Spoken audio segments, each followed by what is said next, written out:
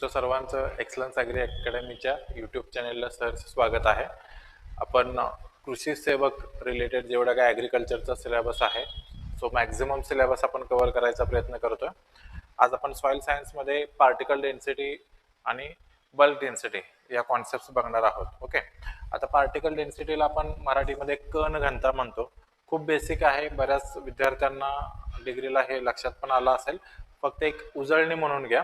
आता पार्टिकल डेन्सिटीमध्ये त्याचा फॉर्म्युला काय आहे बघा, वेट ऑफ सॉइल किंवा ह्याला आपण मास म्हणू शकतो. ओके, मास आणि वेट ह्या थोड्या वेगवेगळ्या कॉन्सेप्ट आहेत, पण एवढ्या डीप मध्ये जायची गरज नाही.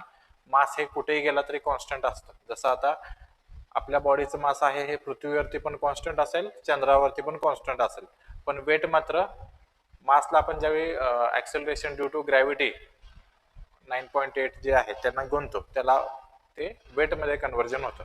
जसं समजा इथं माझं वेट जर 70 kg असेल तर ह्याच्यापेक्षा थोडं कमी चंद्रावरती भरणार आहे, कारण तिथं ऍक्सेलरेशन ड्यू टू ग्रॅव्हिटी कमी आहे, पण मास मात्र कॉन्स्टंट असतं. सो डीप मध्ये जायची गरज नाही. इथं लक्षात ठेवा, मास किंवा weight of soil okay divided by volume of solid portion of soil. Okay, आता इथं सॉलिड पोर्शन ऑफ सॉइल म्हटलेलं आहे. फॉर एक्झाम्पल घ्या, आता समजा एवढा सेक्शन मातीचा आहे, याच्यामध्ये सगळी माती आहे. ओके, तर याच्यामध्ये पूर्ण व्हॉल्यूम मातीचंच असणार आहे का किंवा मातीच्या कणांचंच असणार आहे का, तर नाही. याच्यामध्ये ज्या काही मोकळ्या जागा आहेत त्या एकतर त्यामध्ये एअर असेल, हवा असेल किंवा पाणी असेल.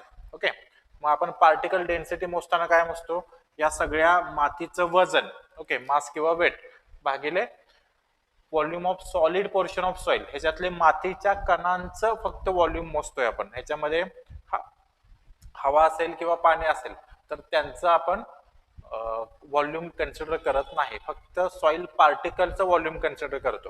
त्यामुळे त्याला आपण पार्टिकल डेन्सिटी म्हणतो. त्यामुळे बघा, weight per unit volume of solid portion of soil is called as particle density, किंवा आपण त्याला कण घनता म्हणतो. जनरली नॉर्मल सॉइलची जी पार्टिकल डेन्सिटी असते, कण घनता असते, ते 2.65 gram per cubic centimetre. Unit काय आहे हे लक्षात ठेवा, इथं पर क्युबिक सेंटीमीटर आहे, मीटर क्यूब वगैरे नाही, आणि 2.65 ग्रॅम आहे, केजी नाही. ओके, तर ह्याच्याकडे थोडं लक्ष द्या. ऑप्शन्स मध्ये ट्रिक करू शकतात. ओके, तर इथं आपण फसायचं नाही आहे. आता पार्टिकल डेन्सिटी जास्त कधी असते, ज्यावेळी सॉइल पार्टिकल्स मध्ये हेवी मेटल्स असतात. फॉर एक्झाम्पल समजा लोहकण असतील, हिमॅटाइट वगैरे जे आयर्न कंपाऊंड्स आहेत, हेवी मिनरल्स आहेत, तर त्यांचं प्रमाण जास्त असेल, मॅग्नेटाइट, लिमोनाइट, हिमॅटाइट, तर साहजिकच पार्टिकल डेन्सिटी जास्त असणार आहे. ओके, समजा मातीमध्ये ऑर्गॅनिक मॅटर, ओएम म्हणजे ऑर्गॅनिक मॅटर, ज्याला आपण मराठीमध्ये सेंद्रिय पदार्थ म्हणतो. ओके, जे कुजणारे पदार्थ असतात, झाडांचा पाला पाचोळा असेल, ॲनिमल वेस्ट असेल, तर हे सगळं ऑर्गॅनिक मॅटर सेंद्रिय पदार्थ मध्ये येतं. तर सेंद्रिय पदार्थाचं प्रमाण जास्त असेल तर पार्टिकल डेन्सिटी कमी होणार आहे. ओके, आता हे पाठ करायची गरज नाही. नॉर्मली मातीपेक्षा बघा सेंद्रिय पदार्थाची घनता डेन्सिटी कमी असणार आहे. त्या मातीमध्ये ज्यावेळी आपण सेंद्रिय पदार्थ मिक्स करू, साहजिकच ऍव्हरेज पार्टिकल डेन्सिटी त्या सॉइलची खाली येणार आहे. ओके, आता ह्या पार्टिकल डेन्सिटीलाच ट्रू डेन्सिटी म्हटलं जातं, खरी मातीची घनता अशा पद्धतीने याला म्हटलं जातं. तर हे सुद्धा माहित पाहिजे. दुसरं असाही प्रश्न विचारला जाईल, एका हेक्टर मध्ये 15 सेंटीमीटर डेप्थ जर आपण सॉरी इथं वॉटर आलेलं आहे, सॉइल घ्या. 15 सेंटीमीटर डेप्थची जर सॉइल आपण घेतली तर त्याचं वजन किती भरतं, तर जनरली बघा 22,40,000 22,40,000 किलो एवढ्या त्या मातीचं वजन भरतं. सो ही एक फिगर तुम्हाला माहित असणं अपेक्षित आहे. जसं मी तुम्हाला सांगितलं की इन जनरल नॉर्मल सॉइलचं आपण 2.65 धरतो, जी कोर्स सँडची पार्टिकल डेन्सिटी आहे. जसं पार्टिकल साईज कमी होत जाईल तशा पद्धतीनं डेन्सिटी सुद्धा वाढत जाते. एक फक्त जनरल ट्रेंड लक्षात ठेवा. क्लेचं काय तुम्हाला असं डायरेक्ट नाही विचारलं जाणार 2.8 आहे का वगैरे, फक्त नॉर्मल सॉइलच विचारलं जाईल. फक्त अवघड प्रश्न टाकायचा असेल तर असं टाकलं जाऊ शकतं की सॉइल टेक्स्चरल क्लासेस क्लेचं कंटेंट वाढत जाईल तसं पार्टिकल डेन्सिटी कमी होईल का वाढेल, तर पार्टिकल डेन्सिटी वाढेल. ओके, लक्षात आलं. पार्टिकल डेन्सिटी बद्दल काही शंका आहेत का?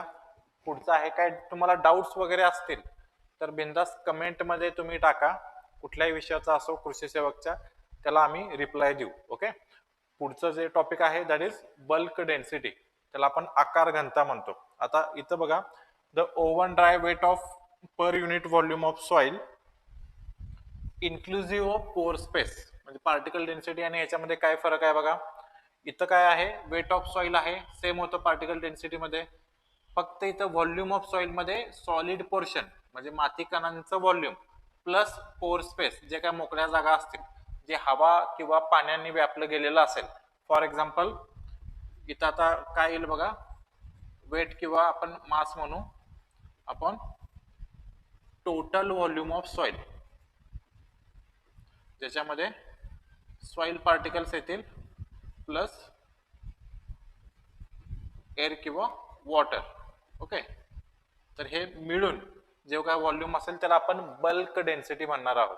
आता पार्टिकल डेन्सिटीच्या कंपॅरिझन मध्ये इथं छेदात बघा टोटल व्हॉल्यूम आहे, त्यामुळे हा आकडा जास्त असणार आहे, त्यामुळे हा रेशो पार्टिकल डेन्सिटी पेक्षा कमी असणार आहे. त्यामुळे हे वाक्य लक्षात ठेवा, bulk density is always smaller than particle density. त्याला काय कारण आहे, इथंच याच फॉर्म्युला मध्ये बघा, इथं बल्क डेन्सिटीचा हा फॉर्म्युला झाला. पार्टिकल डेन्सिटीला काय केलं असतं आपण, वेट आपण फक्त सॉइलचं व्हॉल्यूम आपण बघितलं असतं. इथं सॉइल प्लस एअर स्पेस किंवा वॉटर स्पेस, ज्याला आपण वॉइड म्हणू किंवा पोर स्पेस म्हणू.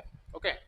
मोकळ्या जागा ज्या असतात तर त्या इन्क्लूड करून हा छेदाचा प्रकार आहे. त्यामुळे एक जस्ट एक्झाम्पल समजा, एखाद्या आपण एक्झाम्पल म्हणून घेऊ, थेरॉटिकल एक्झाम्पल. याची पार्टिकल डेन्सिटी जर आपल्याला काढायची असेल,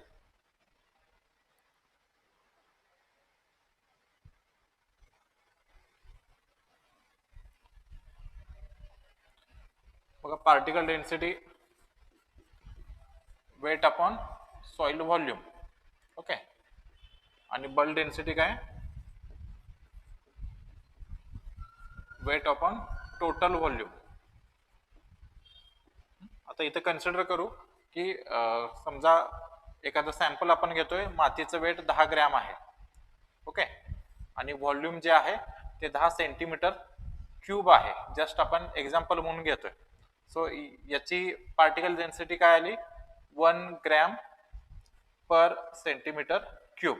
आता ह्याच मातीची जर आपण आपल्याला बल्क डेन्सिटी काढायची असेल तर बघा, वेट काय सेम असणार आहे, 10 ग्रॅम. ओके. त्यानंतर इथं व्हॉल्यूम काय असणार आहे, आता व्हॉल्यूम आपल्याला मातीचं व्हॉल्यूम या एक्झाम्पल मध्ये आपण 10 सेंटीमीटर क्यूब घेतलेला आहे. आता पोर स्पेस मोकळ्या जागा किती आहेत ज्याच्यामध्ये हवा किंवा पाणी असतील, तर समजा जस्ट एक्झाम्पल म्हणून घेऊ आपण, ते सुद्धा 10 सेंटीमीटर क्यूब एवढा असेल. तर ह्या केसमध्ये काय 10/20 म्हणजे याची बल्क डेन्सिटी झाली 0.5 ग्रॅम पर सेंटीमीटर क्यूब. लक्षात आलं. So particle density is always greater than bulk density, किंवा उलट सांगायचं झालं तर bulk density is always smaller than particle density. लक्षात आलं. हे पाठ करायची पण गरज नाही. हे लक्षात ठेवा की छेदात बल्क डेन्सिटीला आकडा जास्त असणार आहे, कारण याच्यामध्ये सॉइल प्लस पोर स्पेस यांचं दोघांचं व्हॉल्यूम एकत्र आपण करतो. लक्षात येत आहे. सो एक्झामच्या दृष्टीनं महत्वाचं विचारलं जाऊ शकेल. आता सँडी सॉइलची बल्क डेन्सिटी बघा 1.6 ग्रॅम पर सेंटीमीटर क्यूब. मगाशी आपण 2.65 म्हटलं होतं. पार्टिकल डेन्सिटी अप्रॉक्सिमेटली 50% आसपास असतं, कारण तेवढीच पोर स्पेस कुठल्याही सॉइल मध्ये शिल्लक असते. त्यानंतर ऑर्गॅनिक मॅटर सेंद्रिय पदार्थ 0.5 इतकी बल्क डेन्सिटी आहे. आता बघा, bulk density normally decreases okay as mineral soils become फायनर in texture.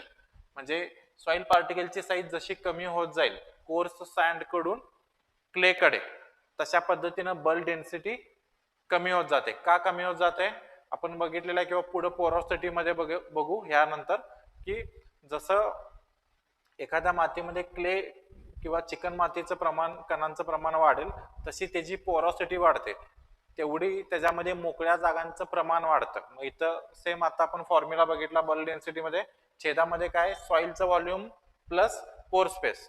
मग जसं फाईन टेक्स्चर कडे सॉइल जाईल म्हणजे सँड कडून क्ले कडे जाईल तशा पद्धतीनं पोर स्पेस वाढेल, म्हणजे छेदातला आकडा आहे तो वाढेल आणि बल्क डेन्सिटी खाली येईल. लक्षात येत आहे?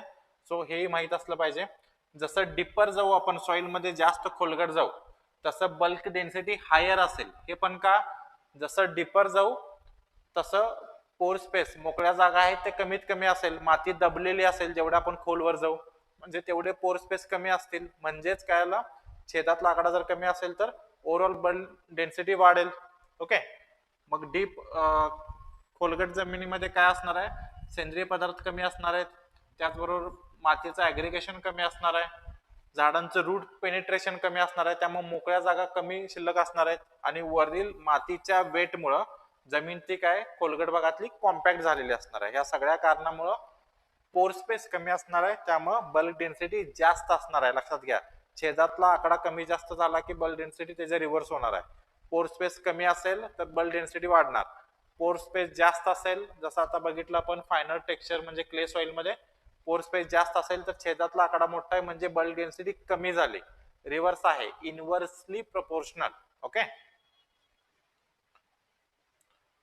आता बल्क डेन्सिटी ही पार्टिकल डेन्सिटी पेक्षा जास्त महत्वाची आहे, कारण बल्क डेन्सिटी वरून आपल्याला कळतं की मातीमध्ये किती निचरा पाण्याचा होऊ शकतो, मातीमध्ये हवा कशा पद्धतीनं खेळती राहू शकते आणि ओव्हरऑल सॉइलची फिजिकल प्रॉपर्टी कशी आहे, भौतिक अवस्था कशी आहे, हे बल्क डेन्सिटी वरून आपल्याला जास्त चांगल्या पद्धतीनं कळतं. Okay. So agriculture point of view bulk density is more important than particle density. Okay. So ज्या मातीमध्ये बल्क डेन्सिटी कमी असेल, अगेन बघा बल्क डेन्सिटी कमी आहे, इनव्हर्सली प्रोपोर्शनल म्हणजेच काय, पोर स्पेस जास्त आहे त्या मातीमध्ये. ओके. जो जेवढी पोर स्पेस जास्त असेल, मोकळी जागा जास्त असतील, ज्या हवा आणि पाण्याने व्यापली जाणार आहेत, तेवढी ती मातीची कंडिशन चांगली कन्सिडर केली जाते. असं का, जनरली बघा आता हे सॉइल व्हॉल्यूम आहे, आपल्याकडे बऱ्याचदा ऊसाच्या बाबतीत केलं जातं, खूप जास्त पाणी पाजवलं जातं. ओके. एकदम गरगरीत पाणी आपण पाजवलेलं आहे रेग्युलर सरफेस इरिगेशनने. तर आता या सॉइल मध्ये जे काही मोकळ्या जागा असतात, ओके, सो याच्यामध्ये ह्या काही मोकळ्या जागा असतात तर ह्याच्यामध्ये पाणी येऊन थांबणार आहे. ओके. लक्षात येत आहे?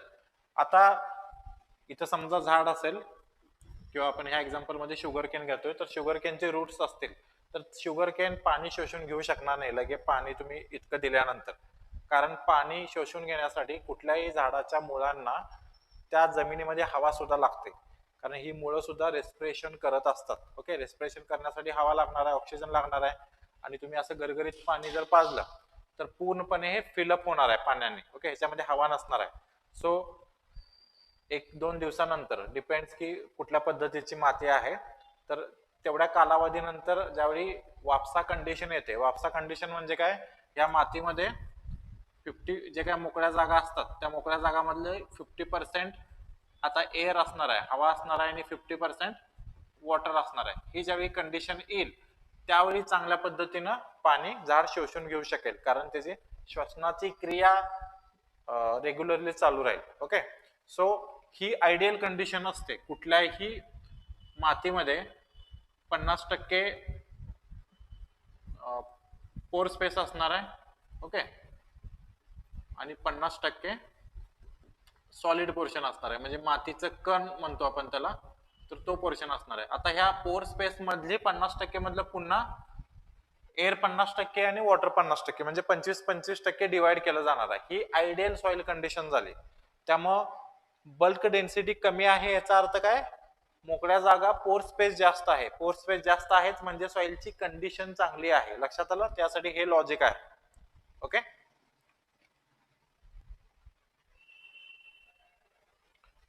सो सँडी सॉइलचं बल्क डेन्सिटी बघा, तेवढं तुम्हाला माहित असलं पाहिजे, 1.6 आहे. त्यामध्ये पोर स्पेस कमी असतात, फक्त 40% असतात. आता मी तुम्हाला सांगितलं आयडियली पोर स्पेस 50% असले पाहिजेत. 50% पोर स्पेस आणि 50% सॉलिड पोर्शन असं म्हणून 100% होणार. तर सँडी सॉइल मध्ये फक्त 40% असतात. तेच क्ले सॉइल मध्ये आपण गेलो तर बघा बल्क डेन्सिटी कमी झालेली आहे, फक्त 1.1 आहे. म्हणजेच काय, पोर स्पेस जास्त आहेत. म्हणजेच किती आहेत, 58% पोर स्पेस आहे. आणि जी आपण आयडियल सॉइल कंडिशन म्हणतो ओके. सॉइल टेक्स्चर मध्ये आपण बघितलेलं आहे लोम सॉइल ही सगळ्यात चांगली कंडिशन आपण कन्सिडर करतो. तर त्याच्या बाबतीमध्ये 47% म्हणजे अराउंड 50% पर्यंत पोर स्पेस असतात, जी आयडियल कंडिशन आहे. ओके, लक्षात येते का बघा. सगळे चॅप्टर हे एकमेकाला को रिलेट करा. एक कॉन्सेप्ट तुम्हाला समजला तर पुढच्या टॉपिक्स मध्ये सुद्धा त्याचा रिलेव्हन्स आहे. ओके, त्यामुळे सगळे टॉपिक जे आहेत, जरी तुम्हाला सोपा वाटला एखादा सिलेबसचा पॉईंट, तरी अजूनही आपल्याला एक्झामला वेळ आहे, अजूनही टाइम टेबल आलेलं नाही. प्रत्येक व्हिडिओ आम्ही जो युट्यूब वरती टाकतोय तो तुम्ही बघा, जरी तुम्हाला त्याबद्दल माहित असेल. बऱ्याचशा तुम्हाला नवीन गोष्टी कळतील. त्यामुळे एक्झाम मध्ये जरी ट्विस्ट करून विचारलं, ओके, थोडं कन्फ्यूज केलं, तरी तुम्हाला व्यवस्थित उत्तर देता येतील. लक्षात येत आहे. सो आता बल्क डेन्सिटी वरती अफेक्ट करणारे फॅक्टर्स कुठले आहेत. पहिलं म्हणजे पोर स्पेस. मी आता तुम्हाला सांगितलं, जर कॉम्पॅक्ट सॉइल असेल तर पोर स्पेस कमी असेल, म्हणजेच बल्क डेन्सिटी, सॉरी हे चुकलेलं आहे, बल्क डेन्सिटी जास्त असेल. ओके, पोर स्पेस जर कमी असतील तर. सो कॉम्पॅक्ट सॉइल मध्ये बल्क डेन्सिटी जास्त असते, आपल्याला कमी बल्क डेन्सिटी पाहिजे. त्यानंतर टेक्स्चर मध्ये बघा, फायनर टेक्स्चर असेल तर काय होणार आहे, याच्यामध्ये पोर स्पेस जास्त असणार आहेत, म्हणजेच बल्क डेन्सिटी कमी होणार आहे. ओके,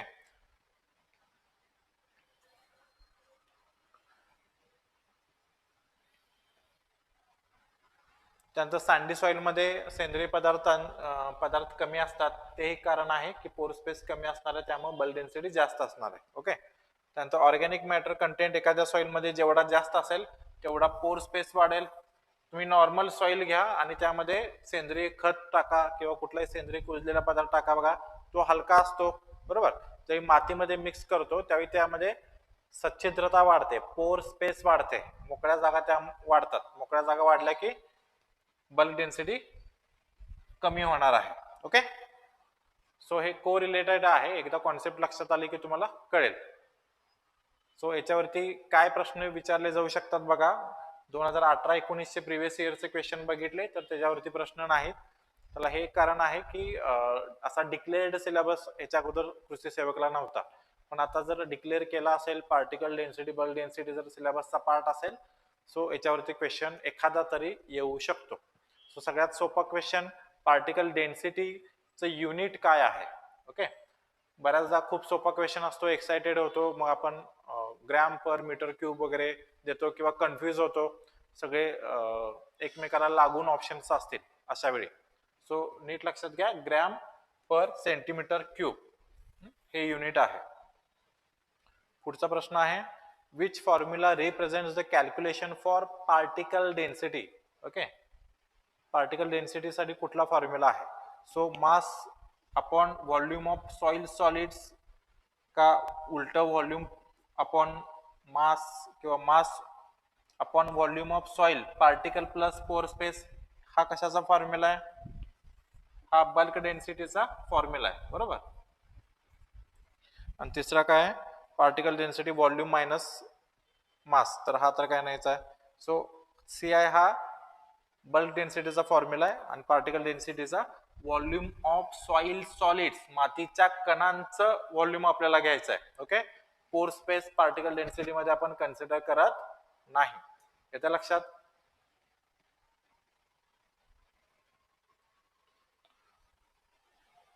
पुढचा आपण क्वेश्चन घेतो, what does bulk density measures. Bulk density कशा पद्धतीने आपण मेजर्स करतो बघा. Density of individual particle, density of material including void space, void म्हणजे मोकळ्या जागा, तर हे आन्सर बरोबर आहे. ओके, आपण मास आपण व्हॉल्यूम करतो म्हणजेच डेन्सिटी, फक्त याच्यामध्ये मोकळ्या जागा स्पेसिफिकली मेन्शन केलं पाहिजे. ओके, पहिलं काय येणार नाही डेन्सिटी ऑफ इंडिव्हिज्युअल पार्टिकल, कारण इथं पोर स्पेस बद्दल स्पेसिफिक मेन्शन केलेलं नाही म्हणून. पुढचा प्रश्न आहे, which term describes the ratio of mass of a material to its total volume including voids.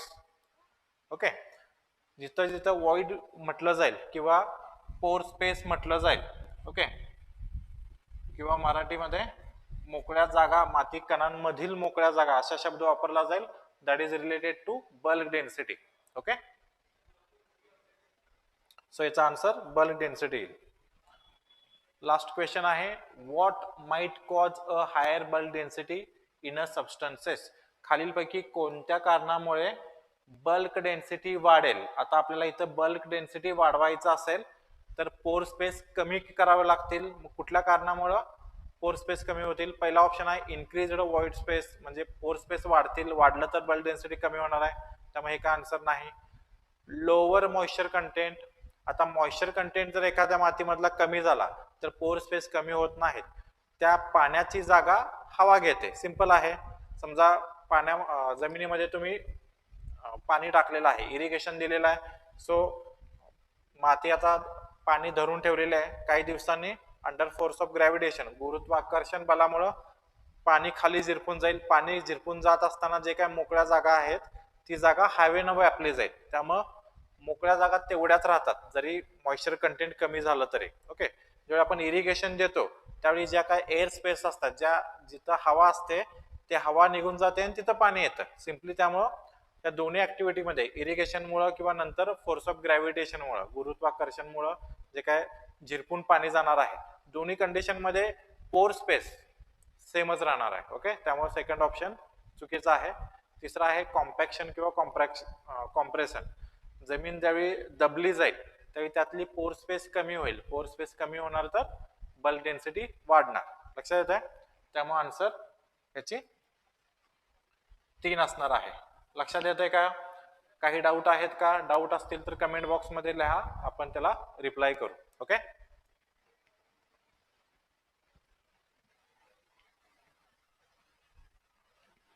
So पुढचा टॉपिक जो आहे तो याच्याशी रिलेटेडच आहे, ज्याला आपण पोरॉसिटी म्हणतो. आता बल्क डेन्सिटी आपण विचारात घेत असताना पोरॉसिटी पण थोडीफार आपल्या लक्षात आली असेल.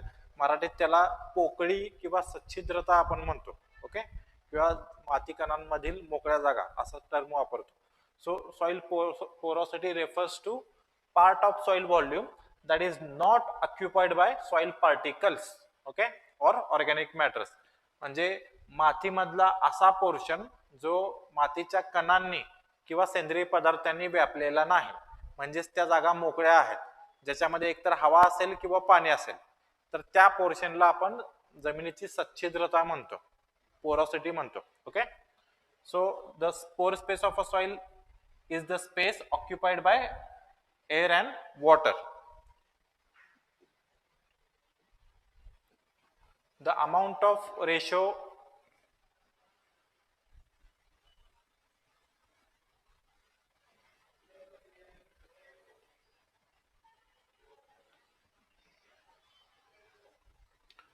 the amount of ratio of pore space in the soil is determined by arrangement of soil particles like sand, silt आणि clay. आता त्या मातीचं टेक्स्चर कसं आहे, त्या जमिनीचा पोत कसा आहे, याच्यावरून ठरेल की त्या जमिनीमध्ये सच्छिद्रता किती आहे, पोर स्पेस किती आहे. फॉर एक्झाम्पल इथं इमेज मध्ये बघा, हे थोडं कन्फ्युजिंग आहे, बऱ्याचदा लक्षात येत नाही.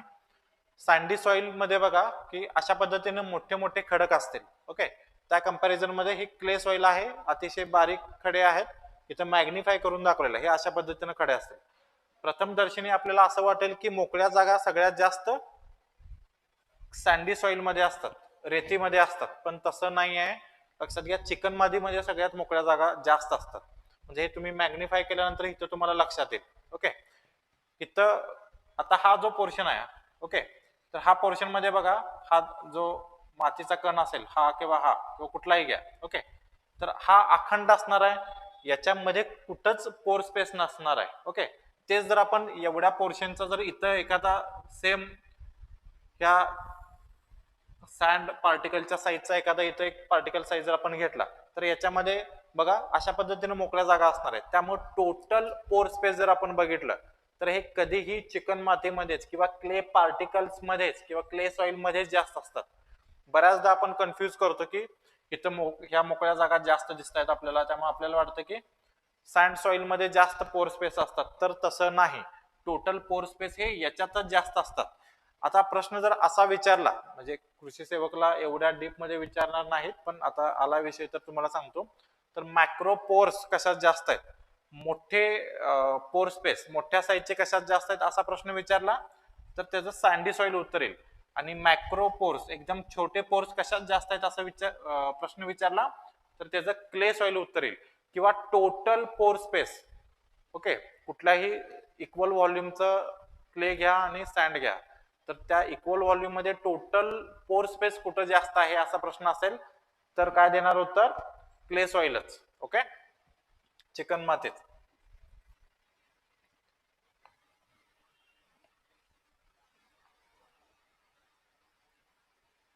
So in sandy soils the particles are arranged closely and the pore space is low. In clay soil the particles are arranged in porous aggregate and the pore space is high. Okay, so लक्षात ठेवा.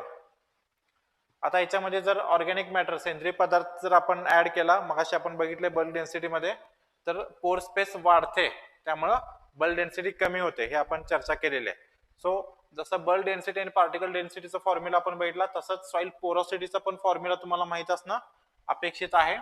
एखादा सोपा problems पण विचारला जाऊ शकेल की एवढ्या मोकळ्या जागा आहेत आणि एवढं व्हॉल्यूम आहे तर तुम्ही बल्क डेन्सिटी काढा किंवा ह्याची पोरोसिटी पर्सेंटेज मध्ये सांगा अशा पद्धतीने विचारलं जाऊ शकेल. सो सिंपल फॉर्म्युला काय? व्हॉल्यूम ऑफ व्हॉइड्स, पोर स्पेस किती आहे त्यांचा व्हॉल्यूम, ओके, आणि टोटल सॉइलचा व्हॉल्यूम हे करून आपण सॉइल पोरोसिटी काढू शकतो. म्हणजे एक्झाम्पल आपण घेऊ की समजा 10 सेंटीमीटर क्यूब असा टोटल सॉइल व्हॉल्यूम आहे.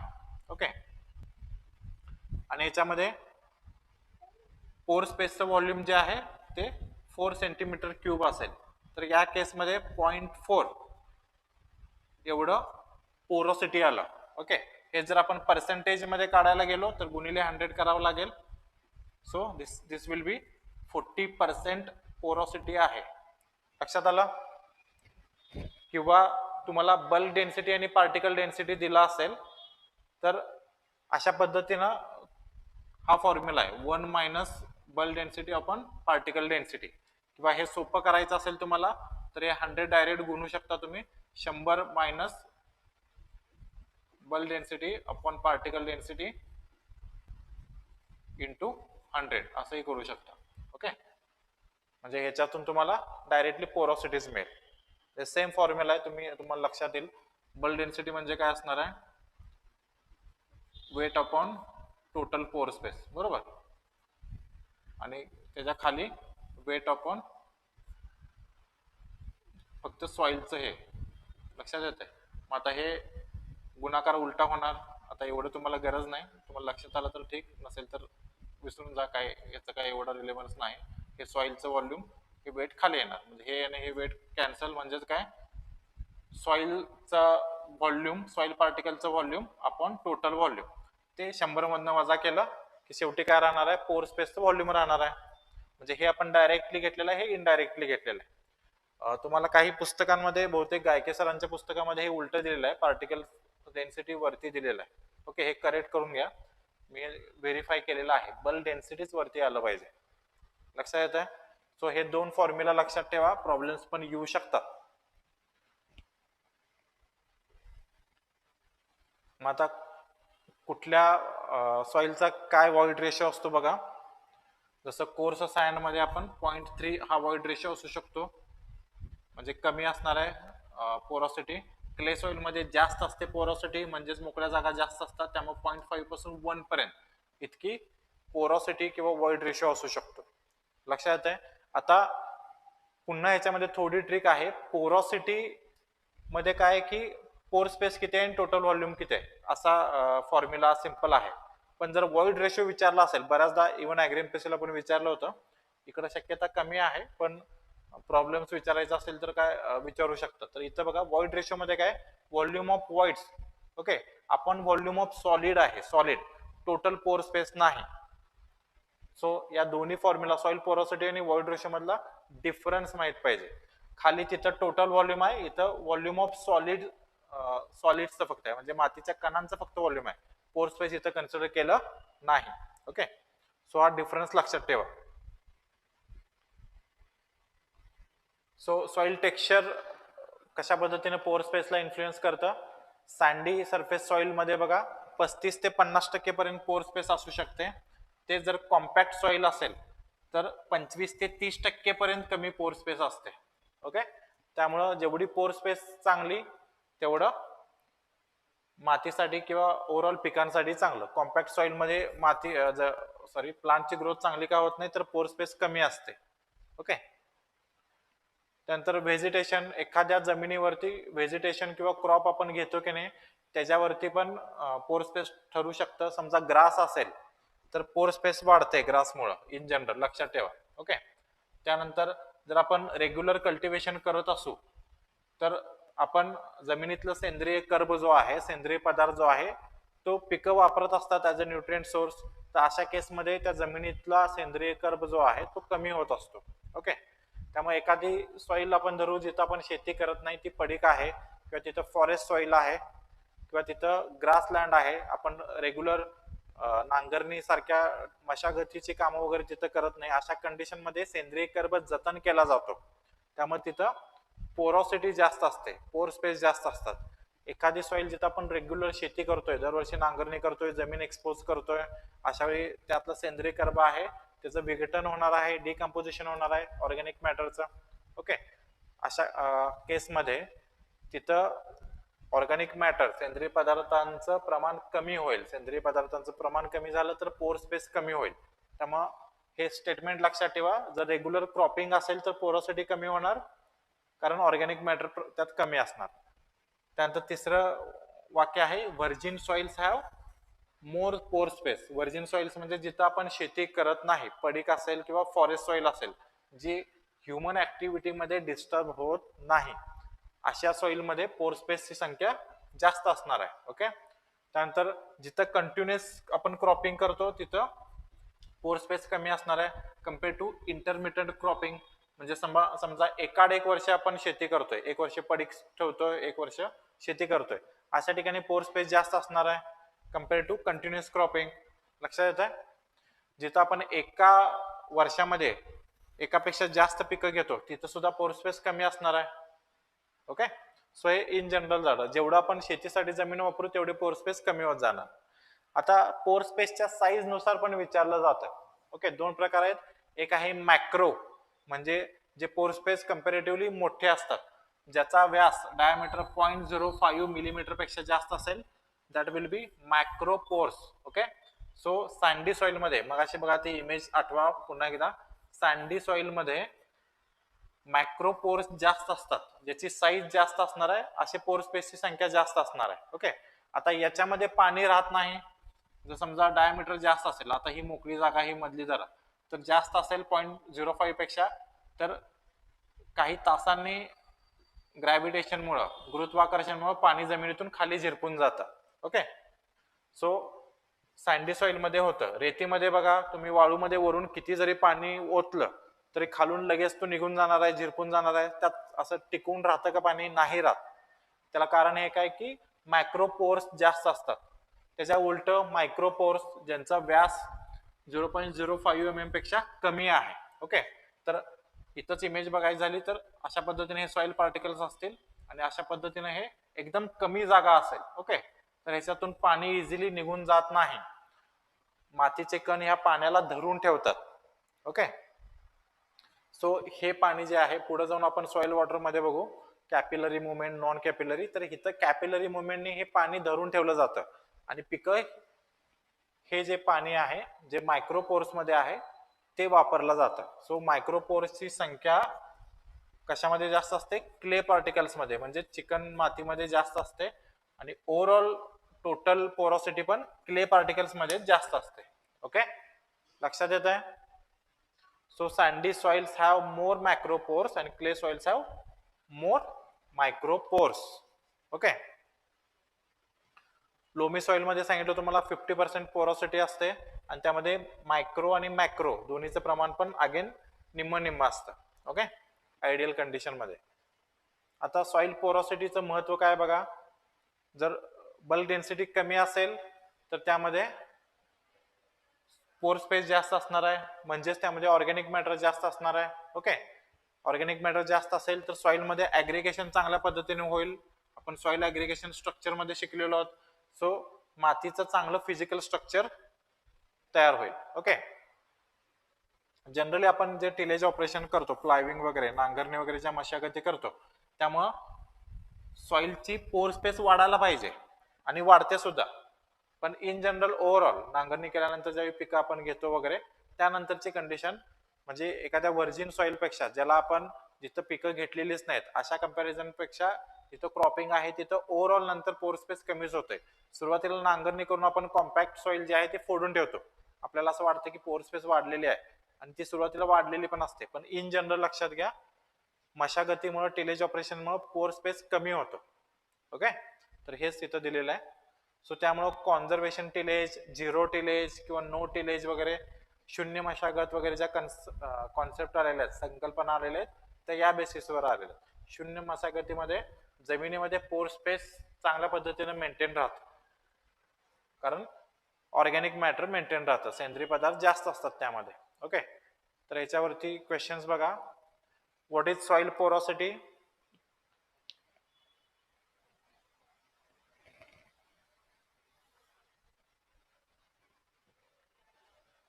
The measure of volume of soil particles आहे का? सॉइल पार्टिकलचं व्हॉल्यूम मोजतो का आपण? नाही. The measure of amount of water held in soil, फक्त वॉटर आपण मोजतो का? तर नाही. The measure of void space in soil, मातीमध्ये असणारी मोकळ्या जागा आपण मोजतो. ओके, पोरॉसिटी मध्ये. त्यामुळे याचा आन्सर आहे 3 येईल. लक्षात येतंय? Which factor does not affect soil porosity? खालीलपैकी कोणता फॅक्टर सॉइल पोरॉसिटीला अफेक्ट करत नाही? सॉइल पार्टिकल साईज अफेक्ट करते का? करते. जेवढी सॉइल पार्टिकल साईज कमी, आपण बघा सँड पार्टिकल पासून क्ले पार्टिकल कडे जातोय, जसं क्ले पार्टिकल कडे जाऊ जशी सॉइल पार्टिकल साईज कमी होईल तशी पोरॉसिटी वाढेल, त्यामुळे अफेक्ट करतं. दुसरं सॉइल कॉम्पॅक्शन करणार आहे, जेवढी सॉइल कॉम्पॅक्ट होईल तेवढी पोर स्पेस कमी होतील, तेवढी पोरॉसिटी कमी होईल, सो अगेन करतं. ऑर्गॅनिक मॅटर कंटेंट, जेवढं ऑर्गॅनिक मॅटर जास्त असेल तेवढी पोर स्पेस जास्त असेल, आपण बघितलेलं आहे. सो थर्ड ऑप्शन, सॉइलचा पीएच जो आहे, जमिनीचा जो सामो आहे त्याचा आणि सॉइल पोरोसिटीचा काही संबंध नाही, दॅट इज केमिकल प्रॉपर्टी आहे. Okay. So answer will be soil pH. What happens to soil porosity when soil is heavily compacted?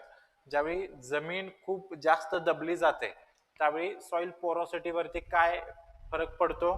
Simple आहे, जमीन दबली जाईल तर त्यातली पोर स्पेस, मोकळ्या जागा कमी होतील, म्हणजेच पोरोसिटी कमी होईल, सच्छिद्रता जमिनीची कमी होईल. So option third, it will decrease. Okay. त्यानंतर बघा पुढचा प्रश्न, which soil type typically has higher porosity? सगळ्यात जास्त सच्छिद्र कुठे असते? तुम्हाला सांगितलं सगळ्यात कमी सँडी मध्ये असणार आहे आणि सगळ्यात जास्त क्ले मध्ये असणार आहे. ओके. त्यानंतर पुढं, why is the soil porosity is important for plant growth? Plant growth साठी सॉइल पोरॉसिटी का महत्वाची ठरते? ओके. काय करणार आहे त्याच्यामध्ये बघा खालीलपैकी, इट इन्फ्लुएन्सेस वॉटर रिटेन्शन, बरोबर.